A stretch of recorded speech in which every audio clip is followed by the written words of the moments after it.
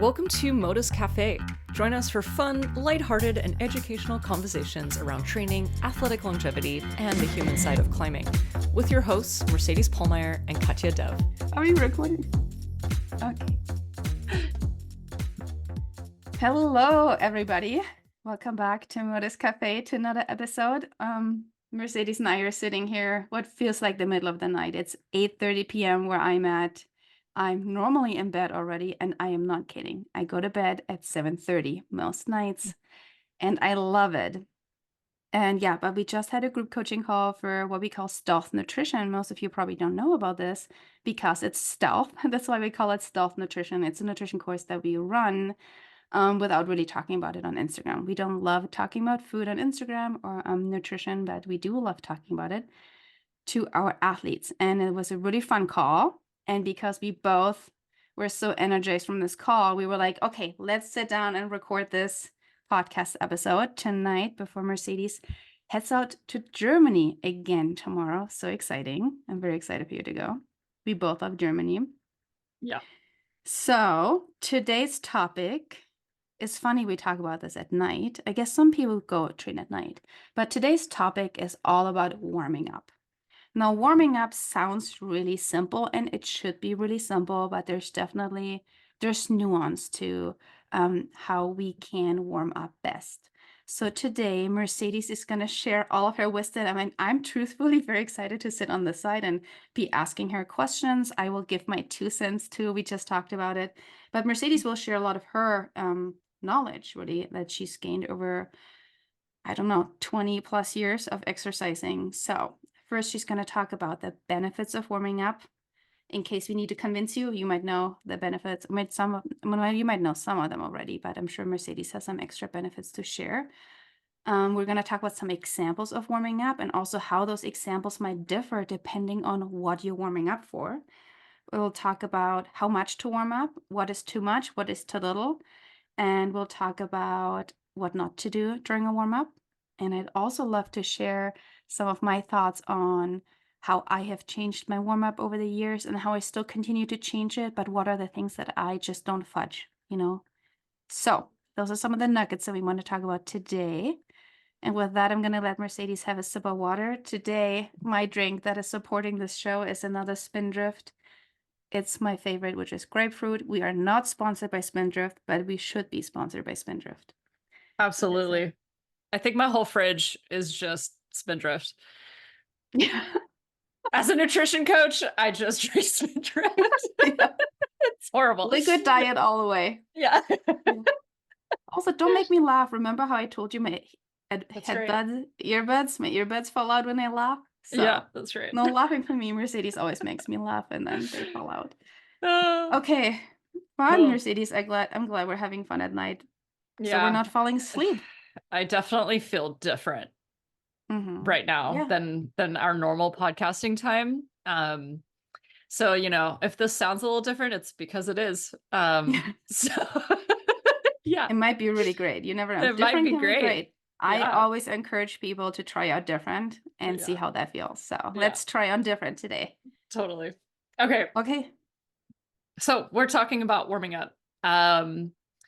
And yeah, I can only assume that people do understand that it is important, but maybe not for the reasons that you think it's important. Like there are the basics of like, oh, you got to warm up your muscles. That's the whole reason why it's called warming up. But there is one point that I think maybe some people don't think about is this is the best time to check in with yourself. It's the transition from the life that you were having earlier, and now you're transitioning into climbing or exercise. And so the warm-up, I think, is the best time to start changing the state of how you feel. And a lot of that time is it's spent trying to like mentally readjust to what you have to do next. And some people feel really tired. And I find that people who might feel really tired and are feeling like they don't want to do their workout, that if they just start their warm up and start that transition, they feel so much better after 10 minutes of moving, and then they have that energy to do their workout. So I think like maybe just that in and of itself is the one of the most important reasons to warm up, is to treat that transition seriously and to check in with your body. And sometimes, depending on how much you're training, or maybe you didn't get enough sleep, maybe you didn't eat enough, the warm up can tell you a lot about what's about to happen in your body, or maybe I could give you some indications on like, oh, maybe I'm about to get sick, or if you are hungry, maybe in your warm up, part of it is that you're eating a snack. Katja, you could talk about that, I'm sure. Of course. No, really, I um, mean, really what you're saying is, the warm up is not just warming up your body, but it's also using it as a transition tool, essentially, and also as a check-in tool to see how you're feeling, what you're able to do. And it's a really good reminder too. And one of the things I like to tell my athletes is that, especially when people feel stressed, and perhaps that's why they feel tired, or that's why they don't feel like they want to work out, is that actually moving our bodies and exercise are so good for dealing with stress. And so sometimes that's why we always suggest to our athletes, at least get started with a warm up, to just get started with your body, see how your body really feels, and maybe your body's going to start feeling better once you start moving around. yeah. Yeah. And like with that transition, especially like that mental component, and with most of our modern lives being very stressful, you can actually use part of the warm up to check, I guess, create a stronger connection with your body, and strung it together. And a lot of our one-on-one clients, their programs in there, a lot of them start with a breathing exercise that it could be considered a meditation. But a lot of the time we either have our clients start in like child's pose or on your back, whatever feels nice that day. And you set a timer for 2 minutes, and all you're doing is breathing. And so this is actually the start of a lot of our clients' warm-ups. And uh, this also gives you an opportunity to start your recovery as well. Like you're tapping into your parasympathetic nervous system, which is your rest and digest system. Um, because a lot of the time, again, we're transitioning maybe from a horrible commute to the gym, or a stressful day. So this is a great time to kind of bring your body back online and tell it, you know what, you don't need to stress out anymore. We're gonna have some fun. And yeah, you can start that recovery process. A lot of the time, exercise is stressful. And so if you can work on decreasing the level of stress in your body in the warm up, you're going to have a much better session and recover faster as well.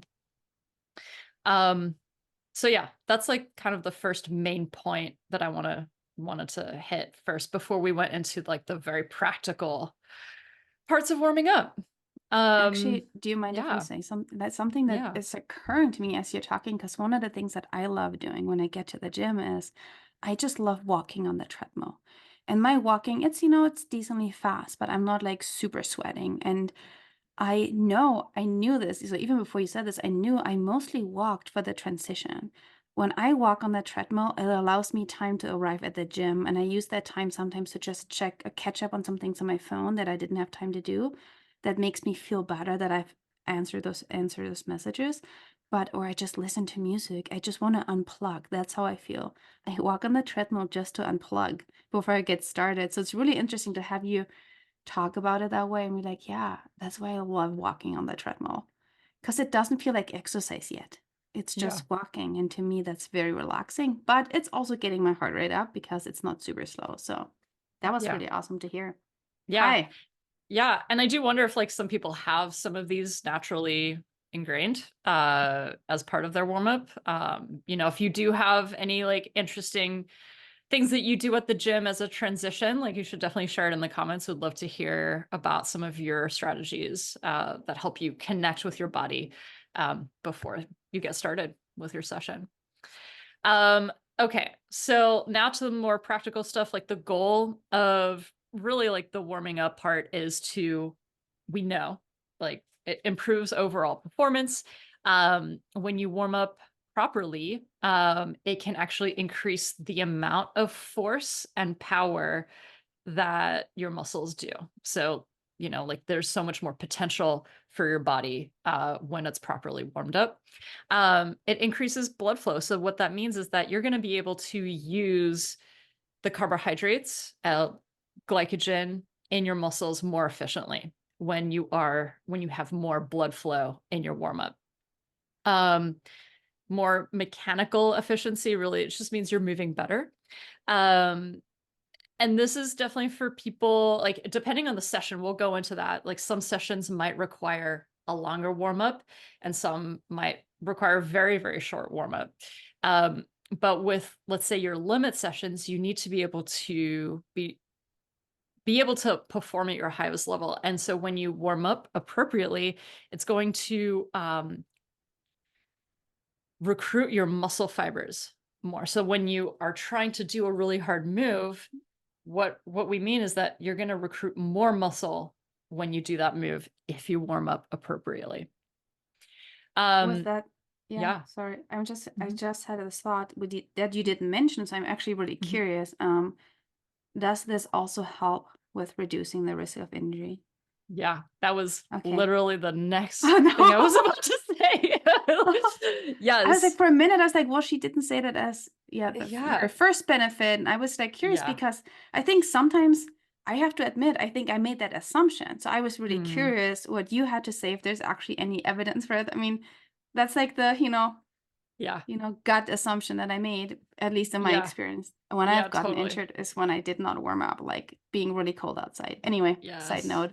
Yeah. So go Yeah, ahead. it does. It reduces risk of injury for all of the reasons we just mentioned. And there's definitely scientific evidence to show that it reduces the risk. Whether it completely eliminates it, that's different. So that's not what we're talking about, but it does reduce the risk of injury. There is also some science that shows that it can reduce your muscle soreness. So if you are going into kind of a heavier session and you tend to get sore, if you warm up well enough, you won't be as sore the next couple days. Hopefully you're not getting sore though very often. If you are getting sore frequently, there's something wrong with your training program and you might need to dial it back. You know what? It's funny you say this. Oh, side note, so many things to talk about. We should Yeah. have a podcast episode about this because Yeah. I was asked by someone recently about getting sore, and I had this moment where it's like, you get sore? I had totally forgotten that people get sore because Yeah. I only get sore when I start new exercises or I haven't climbed in a while. And I think I took it for granted. I was like, yeah, of course some people get sore and maybe it's something we should talk about. Because I think a lot of people assume they should get sore Mhm. when they train. And one of our next podcast episodes will also be talking about recovery principles. So stay tuned for that. But that's for another episode. So continue Yeah. on to Yeah. the Yeah. warm-up journey. That's really good. Yeah. Okay, two more things. One we actually already talked about, but if you're a sport climber, this is going to be really important for you. If you warm up appropriately, you decrease the chance of getting kind of like that flash pump on a route. Or even if you warm up really well, if you really get your warm up dialed, you might not actually get to full pump. Like it requires experience, but you're going to be able to push out that moment when you're getting super super pumped that you then fail.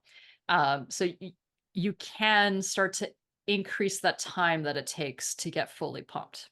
All right, and then the last one, it's gonna warm up your mental state. So as you're warming up, you're like, Mm. okay, I'm getting ready for this limit session. I really have to bring 100% to the session, and you start talking to yourself about, okay, like, what do I need to do and say to myself to get ready for the session? Or the opposite, right? As we talked about at the beginning. Yeah. especially if we'll probably talk about this, but if you do the same warm up or a similar warm up every time, and all of a sudden you're noticing, wow, you're really not, your body's really not wanting to do it today. Yep. That could be a mental check-in. That's actually something that occurred to me earlier when we talked about injury prevention, or we talked about injury reduction. That's actually been the biggest thing for me, is that I use my warm up as a check-in, and I've really learned to listen to my body. So when I can do X, Y, and Z in my warm up, I don't even start pushing my body. Mhm. And whether or not I'm getting Mhm. sick or not, I just know it's like auto regulation. I just know today, my body doesn't want to do these things. So I'm not even going to try that hard. And then I adjust my training plan accordingly. So Yeah. that's another way of reducing, at least for me, that's helped me reduce my Hmm. injuries. Yeah, To know which days I push it and which days I don't push it anymore.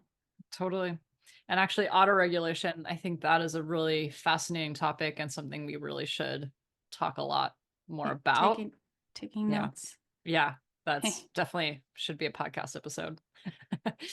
um, okay. So we'll just like, uh, so I have a 2 hour presentation on how to warm up. Okay, so Mm. I'm actually pulling these notes from this 2 hour presentation, but this podcast, the this presentation is actually available inside of the Stronger Together membership. A lot of my bigger presentations are shared inside of the membership. So if anyone wants further education on this, you're welcome to join, and you can see all of my presentations that I've done over the past couple of years. All right, so there is kind of like a standard method, no matter what kind of session you're warming up for, there is this basic method that we're trying to go for. And in this is actually great because they use this in research, and it's called the RAMP method, RAMP. All right. And what it stands for, R is raising your body temperature, A is activating or activation, M is mobilizing, and P is potentiation. Okay, so you're really trying to that's more of a scientific word. Um, but really you're trying to act like it's part of activation, but you're trying to really connect with that muscle. All right, so it's connecting with the quality of movement that you're trying to go for. So ramp, that's the basic outline for any of these sessions. So we'll start with like really like keep it as simple as possible. So as you're setting up your warm up, you want to make it as simple as you can and make it in a way that you can move from one thing to the next, because the last thing you want to do is spend an hour warming up because you're walking across the gym, or you don't have the right equipment, or you don't really know what you're doing, because there is such a thing as warming up for too long. Now, a lot of the time, I think a sweet spot is about 20 to 30 minutes. This would be on and off the wall. Okay. But everyone's going to be a little different. Um, and make sure that you do approach this individually. And depending on how much sleep you get, if you've had a bad night of sleep, you may need a longer and slower warm up rather than like rushing through it. Um, Other times where I've noticed this for myself, where if I have back-to-back climbing sessions, my warm up on the second day can actually be shorter because somehow like my body is still maybe in tune with what I did the day before. And I actually feel a little looser faster. So I'm actually able to get through my warm up a little quicker. And my body knows like exactly what it's going to do in that session. So I don't know if anyone else has like experienced this. I'd love to hear it. But if you have back-to-back sessions of the same activity, like climbing, you probably don't need to warm up as much. You might feel that. Okay. So general principles for how to set it up. We already mentioned this. You want to start slow, and then you can go faster through the warm up, but start slow. Again, it's like your check-in, like arm circles, things like that. You can go really slow and then get a little bit faster. You also want to go from simple movements to more complex movements. Okay. Um, And the last one, there's a list here that I'm looking at, but the last one I'm going to say is like you want to go from kind of like a lower force, so kind of like an easier movement to a higher force movement or something that's a little heavier. So you could start with like a body weight movements and then end with some things that you're actually maybe lifting a little bit of weight or using resistance bands or something like that. Okay. Are you gonna give us an example warm up too? Yeah, we can do that. Okay. So actually what could be good, so I have some examples of sessions in here um, where I can give you some things to focus on. Um, Yeah, let's have a look. it might be nice hmm to see similarities and difference for the Yeah, difference for each session and also how the warm up builds, over yeah, time, over the course of the warm up itself. yeah. Um, okay. So for endurance sessions, I'm going to start with this one because it's the simplest.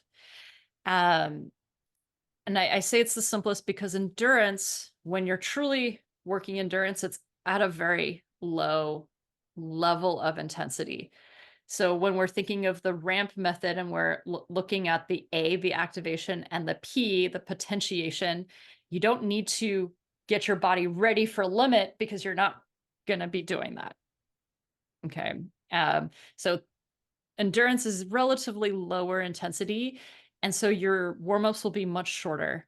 And in fact, like your warm up would maybe seamlessly just go into the endurance session. There might not actually be too much of a transition.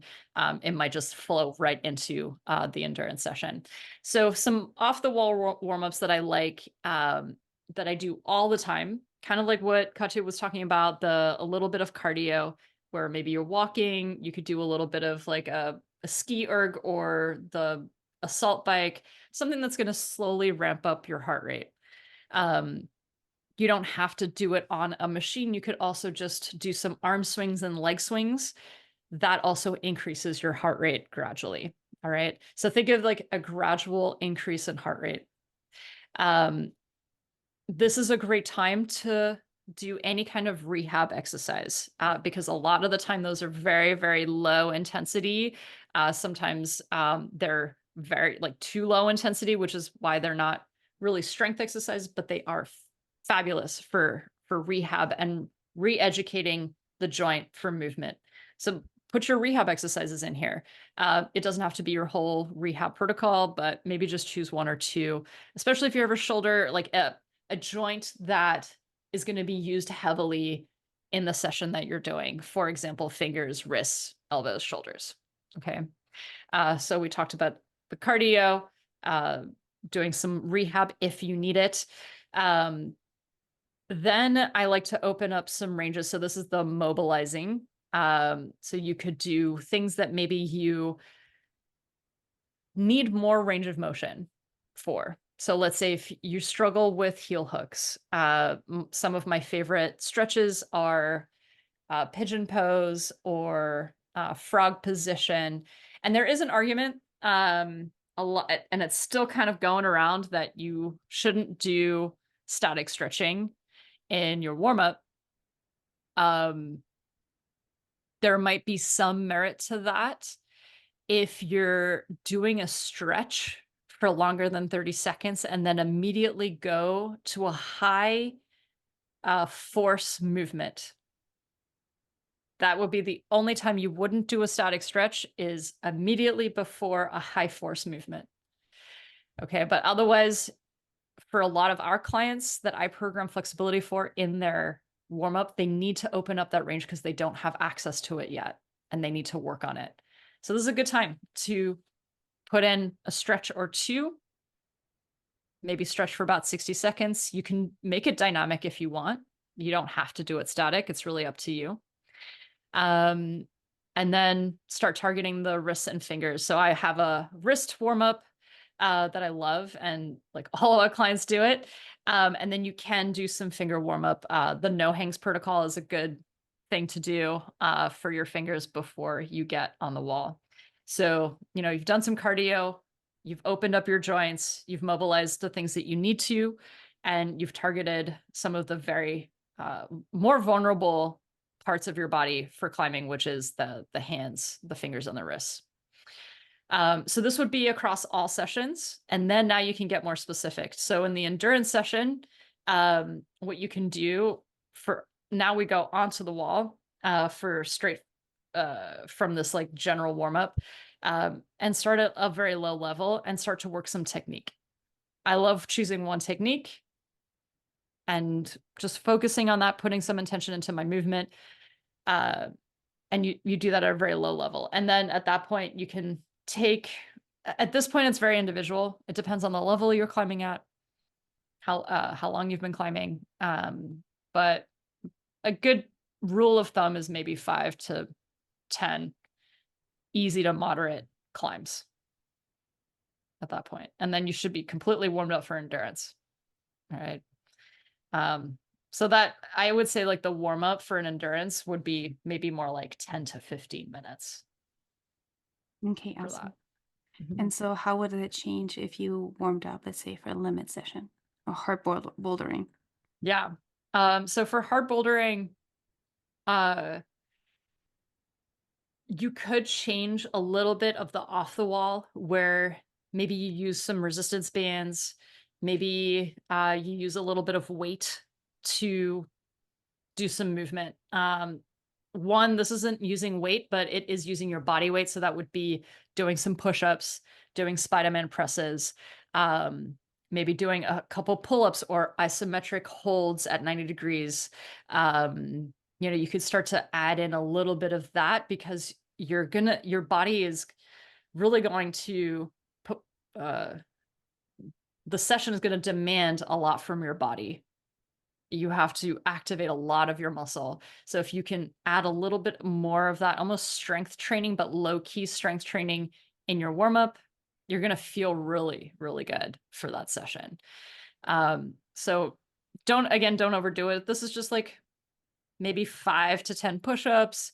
Maybe you do 2 to 3 pull-ups, depending on your level of experience.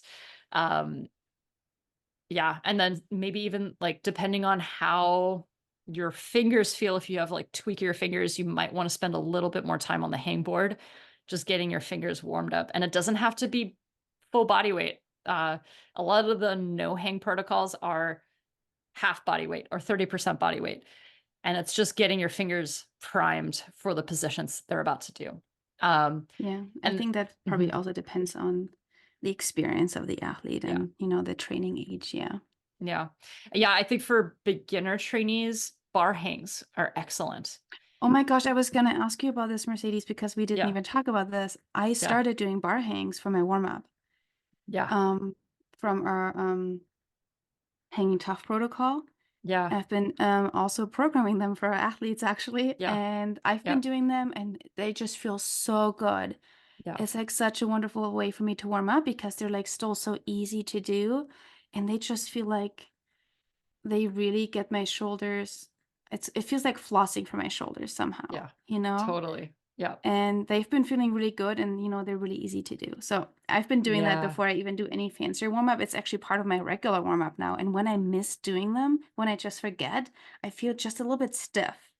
Mhm. So I know I forgot Yeah. to do my hangs. So yeah, Yeah. funny. I was gonna actually ask you about this because I was like, well, what do you think about doing hangs, just hanging Yeah. off a bar?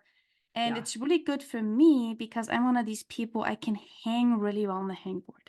Mhm. I can hang really well on the hangboard, but once I have to hang on the bar, you will Mhm. laugh at me, which is hilarious because people think bars are easier than the hangboard because I can crimp on very Yeah. small things. But so it just tells me that there's work for me to be done because it Yeah. feels hard for me. Yeah. Well, it doesn't feel like hard, like exercise hard, but it's not super comfortable. Yeah. So yeah, Yeah. awesome. Yeah. I think bar hangs are fantastic for everybody, not like everybody, you know. Yeah, as we like to Not say. just climbers. Yeah. Yeah. Um, yeah. And definitely like really what I want everyone to take away is that the warm up again is for you, and it might take some time to understand what it is that you need. And the more exercises that you try, um, uh, and get some data on like, oh, this made me feel really good. Oh, I didn't really notice this do anything.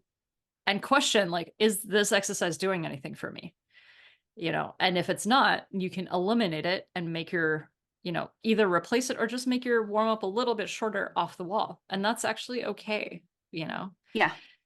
Yeah. And so the reason Mercedes is not, just giving you a protocol for warm up, that's like giving someone, a menu to eat when Yeah. if this was a nutrition podcast, Yeah. we can't just tell people what to eat. So we can't say specifically do this or that. We can make Yeah. suggestions. But I think one thing to think about is to develop your own protocol.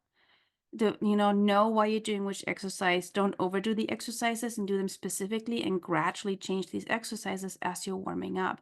And I think what's really important is for everybody to kind of develop their own protocol and have those warm-ups be somewhat similar to, then you can use them as a check-in every Mhm. time to see how you Mhm. feel. Obviously, you want to change them slightly depending on what session you're going in. But yeah, I would encourage everybody to develop their own protocol and see what works for them.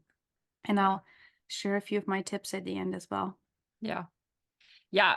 I just got a couple more things to add for the strength, like a limit session. So we just talked about adding a little bit of weight, a little bit more intensity to your warm up for a limit session. I would also add some power exercises to your warm up. Some of our favorites are some ball slams, maybe ball throws from the ground where you're trying to promote like an explosive nature to a pushing, like a pressing motion. Even just elevated explosive pull-ups where you're on a bench and you're trying to like almost do a clapping push-up, but from an elevated position. Remember, when we're doing power, the exercises need to feel very easy. Mm-hmm. And another one that I really like is bar catches with your elbows at 90 degrees. So there would be a box underneath a pull-up bar, and you'd be easily be able to like grab the bar at 90 with your elbows at 90 degrees. And what you would do is just do a little hop and grab the bar quickly and then let go again. So this really promotes that explosive power or explosiveness in your body before you go for a limit session, because as we know, like limit, you oftentimes need Mm-hmm. to think explosively, especially on So, like overhanging terrain. so this is Mm. almost just like, like turning the engine on for your neurons, for the nerves, so you can fire them. That's So right. that's why it's also supposed to be just really easy and light. It's just being like, hey, good Yeah, morning, wake up. We're gonna need you in a second to fire this body really hard. So, that's right. Yeah. And so that the power aspect would actually be the potentiation. So when we're looking at the that ramp makes sense. Yeah. method, that P is Mm-hmm. this like power or explosiveness that we're trying to wake up. Mm-hmm. Exactly. Yeah. Yeah. And some of these exercises are actually really funny because when you watch someone do them, especially someone strong, they look ridiculous in that they look so easy.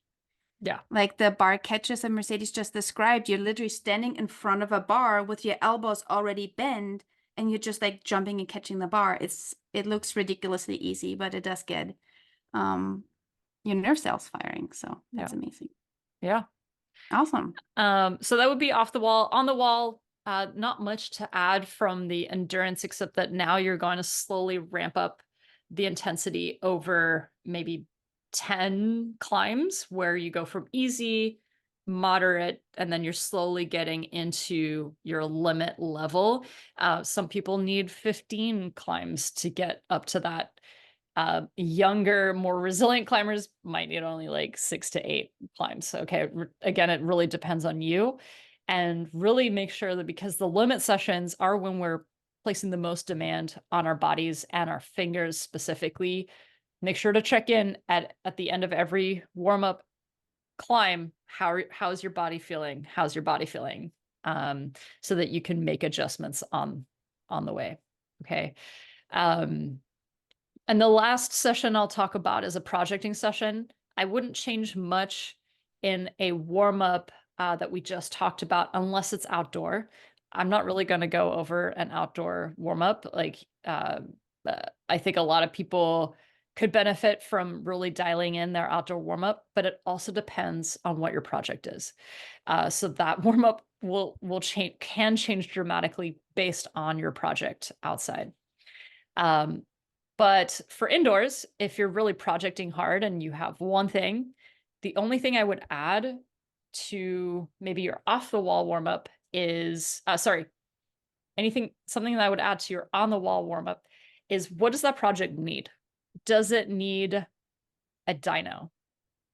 If it does, then you could practice some like moderate, easy to moderate dynos where you're working on this coordination of your hands.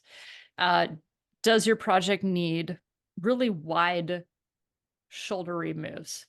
If that's the case, then make sure that the warm-ups that you're choosing are starting to ramp you up for these specific positions. Um, so that's something you can change, like on the fly again, based on your project. And in the end, it's going to really serve you well, because you're also learning the skill of these moves. You kind of get a 2-for-1 when you're working some of these specific skills at a much lower level in your warm up. Yeah. Awesome, Mercedes. Yeah. I'm going to stop there because there's a lot more to Yeah. say. Yeah. But I think that's enough. Yeah, I know you had some practical things.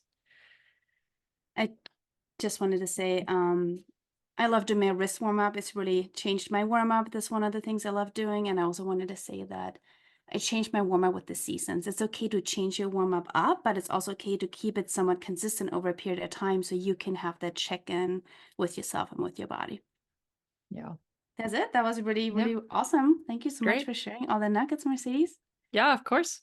Okay. And Yeah, I'll hear that's you it. next week. Sounds great. Okay. Bye, everybody.